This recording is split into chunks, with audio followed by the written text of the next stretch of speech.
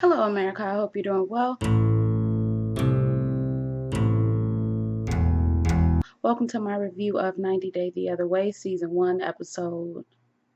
I don't know. I'm back. Yes, I have a scarf on my head in this video, but I'm here, y'all. It's raining outside. I don't want to go to my voice lesson. I don't want to do nothing, but I'm going to do what I got to do. I really like 90 Day the Other Way. If you all don't know, I am reviewing Claws. You can check that out up here. And I am also reviewing 90 Day Happily Ever After. And you can check that when it comes up in just a second. So we see Laura. Laura goes to visit her brother.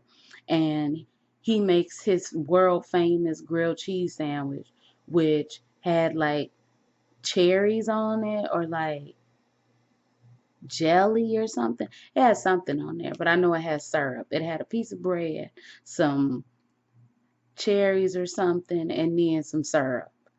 And she sat down and she told him that she was already married. And the reason she married him was because it is illegal in Qatar to even be sleeping in the same bed or in the same room as someone. It is illegal in Qatar to even be sleeping in the same room as someone who is of the opposite sex and you're not married. So that's why they got married, so they could have the intercourse, obviously. So the brother is like, the point of getting married is to like share retirement years, and like in your retirement years he gonna be changing your diaper. And she's like, yeah, I know that. He's like, are you even able to have children? Are you able to like do that? And she's like, I don't know if I'm able to have children. Is she? I know Janet Jackson had a baby at 50, but that's Janet Jackson of Jackson family fame and fortune. You get that? You understand that? You get what that mean? So, when you got that money behind you, you can do whatever you want. But that is one of her biggest fears, or her biggest fear, that Aladdin will meet someone who is able to give him children, and he will leave her for the lady who can give him kids.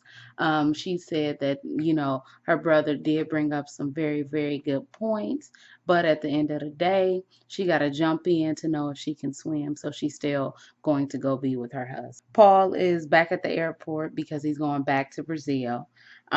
He says that this is the biggest decision of his life, and it's nerve wracking to be never coming back to the United States. Bro, you act like is he never coming back? Like, what are you talking about?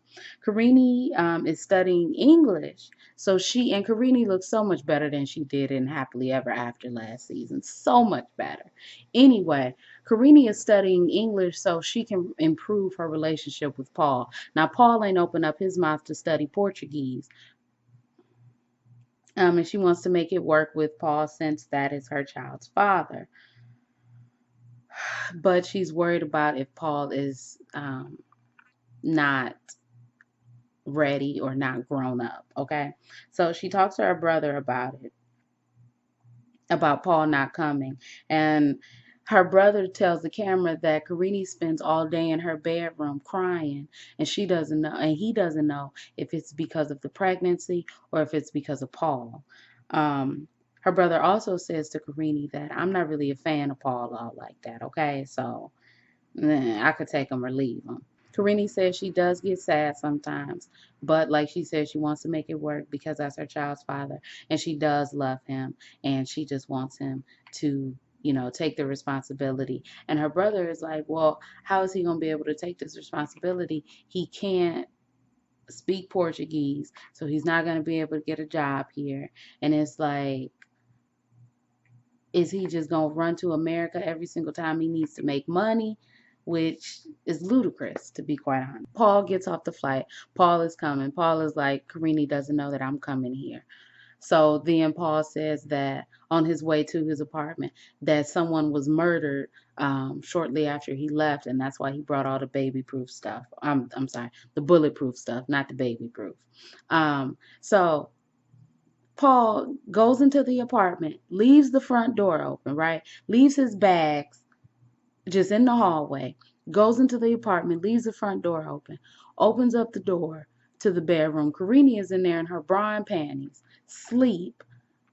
And Karina is like, oh my gosh, you're here. She's really excited. But at the same time, she was like, bro, I thought you was a damn murderer. If somebody just got murdered outside of y'all apartment after you left, and then you gonna really open up the door and scare her half to death like that? He brings her the stuff.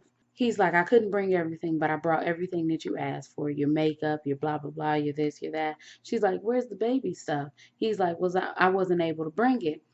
Would you have rather me brought baby stuff than your stuff? And she's like, yes, Paul. Yes, I would have rather you have taken care of our child than bringing me a book and some makeup. So now Paul is like, it seems like I can never do anything right. I can never. Paul, you're fucking stupid. You really, really, honestly, in your real life mind, thought that she would want to put on some freaking eyeshadow while her baby what? Her baby gonna be sleeping in that bulletproof diaper bag that you brought? Like, what are you talking about?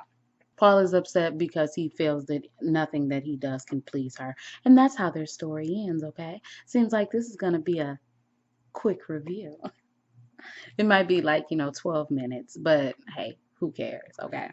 We see Tiffany. Tiffany is with her son, and they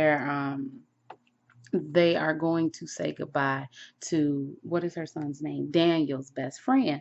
So they go say goodbye to Daniel's best friend. She talks to Daniel's best friend's mother, and she tells her that she's going to South Africa. Her son is talking to his friend, and he's like, I really, don't know how it'll be in South Africa, but I know that I want to have you in my life forever. And I know that that's going to be difficult since I'm going to be there, but I am excited to meet my father.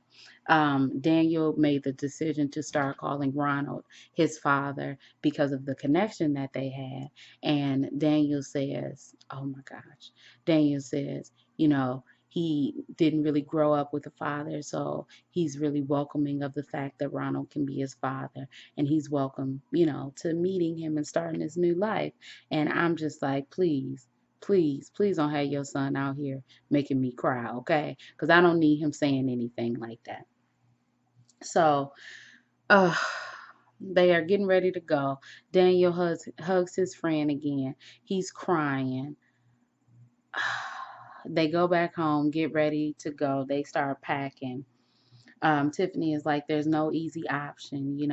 She can't be here and leave Ronald there. She can't be there and, leave her family here.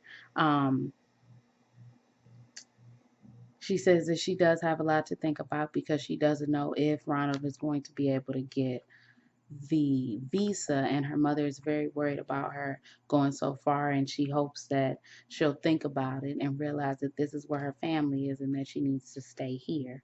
Okay, so they're getting on the plane. Well, they say their goodbyes to their family.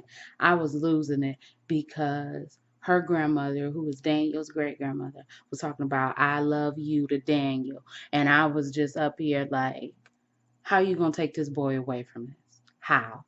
He got his stop. Anyway, because I was getting not emotional, but I was like a little emotional, okay? They're getting on the plane. They're about to go. Tiffany says that she can't force anything on Daniel. So if Daniel isn't comfortable, if Daniel and Ronald don't have the connection that they have, then they're not going to be able to be together. She's so excited to see the new Ronald because she had never met the new Ronald before. And the old Ronald that she knew always hurt her and put her through things and, just wasn't the best person that he could have been to her. So she's ready and excited to meet the new and improved Ronald. And she's getting married in 8 days. So that's the end of that. Now let's move on to Jenny and Submit. So Jenny arrives and she waits an hour until Submit pulls up, okay? Submit pulls up and, they hug each other. She's like, am I allowed to kiss you? And he says, yes, you're allowed to do whatever you want. Bro, when I tell you, Asin could never give Nicole this type of affection and love, okay? So they get to their apartment. The apartment is brand new. Everything is wrapped in plastic wrap. It's a two-bedroom apartment. The apartment is $350 a month, which is very expensive in India. So, Submit doesn't know how long he's going to be able to keep this apartment up. Bro, you should tell me that. We could have just had a one-bedroom apartment. It's fine. He tells Jenny that he originally told his parents that Jenny would be coming and that he would move with her. And then he changed it last minute and said, hey, I'm going to rent an apartment with all my friends so we can work at this place. So they're both very scared because they don't know what his parents would do if they found out that he's not, you know, at the job. And also, where he lives is a working living business hub. So a lot of his family members work there. So his family could see him with Jenny. And I'm just very confused because Jenny is like, I don't know how he'll interact with his family. I don't know if he's able to stand up to his family if need be. And Submit is like, I don't know who I'm going to pick. I don't know if I'm going to, choose my family over. I don't know if I'm going to choose my family over Jenny or choose Jenny over my family, and I've never lived without my parents, so I have a lot of pressure.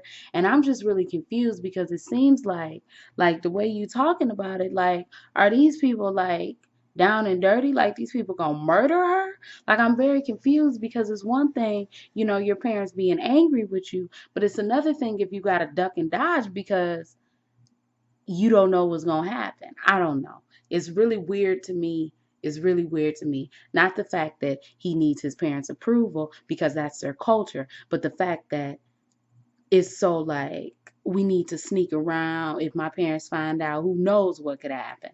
What do you mean who knows what could happen? I think I'm entitled to maybe know what possibly can happen. That's the end of their story. That's the end of this review. I know it was very quick and to the point, but after I spent an hour on the 2 episodes that I missed of Happily Ever After, I just came in, gave y'all a little something, okay? And this right here, this review means that I am officially caught up with all of my reviews. My Married at First Sight review will be out tonight or in the morning. I don't know. Depends on how everything goes, okay? So if you all like this review, you can like, comment, and subscribe. You can follow me on Instagram, Twitter. Everything you need to know about me will be in the bottom bar below. My name is Brielle. I make beats. I sing songs. If you like what you see, come on along. Bye.